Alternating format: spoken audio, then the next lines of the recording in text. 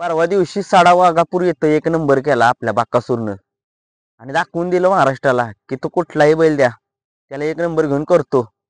आणि काल पण मैदान झालं भुईंज मध्ये आणि गुरु नावाच्या बैलाला त्याने गट तर काढला सुट्टा, परंतु सेमीला गाडी पब्लिकने लागली आणि ते पब्लिक मध्ये आलं त्याच्यामुळे गाडीला अडथळा आला आणि आपल्या गाडीचा पराभव झाला.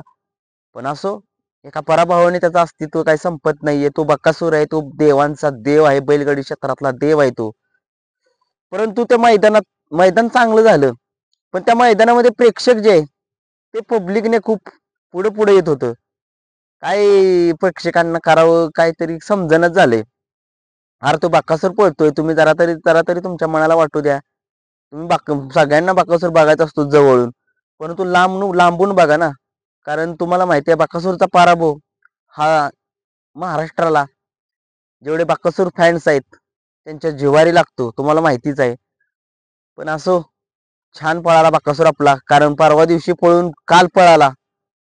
कोणताच बैल पळू शकत नाही, कोणताच, तुम्हाला माहिती आहे. आणि त्याच्या नावावरती असे विक्रम आहेत. पेडगाव मध्ये बघितलंय तुम्ही, आज हिंद केसरी झालाय ओपनच्या मैदानात आणि उद्या जे मैदान भरतं त्या मैदानात आदतला घेऊन एक नंबर करतो. असा हा एकमेव बैल बाकासूर आहे. परंतु असो, सातारा एक्स बलमा चांगला पळाला आणि बादल यांनी एक नंबर केला. यांना खूप खूप साऱ्या शुभेच्छा. खूप दिवसातून बलमा पण एक नंबर झाला बलमाला. पण बाकासूर आता लवकरच त्याला गॅपने पळवा. मोहिशर धुमाळ यांना एक विनंती करतो, बाकासूर हा सगळ्यांचा लाडका बैल आहे, थोडस त्याला गॅप द्या आणि गॅपने पळवा. कारण तो संबंध महाराष्ट्राला तुम्हाला माहिती आहे, त्याच्या पळण्याच्या जोरावरती तो कोणताही नंदी टॉपला घेऊन जातो. कोणताही द्या त्याच्यासोबत.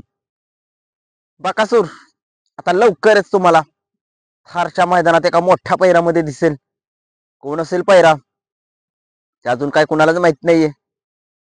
पण बाकासूरला त्या थारच्या मैदानासाठी खूप खूप साऱ्या शुभेच्छा. आणि बाकासूरने एक नंबरची थार न्यावी बक्षीस, एवढंच वाटतंय बस.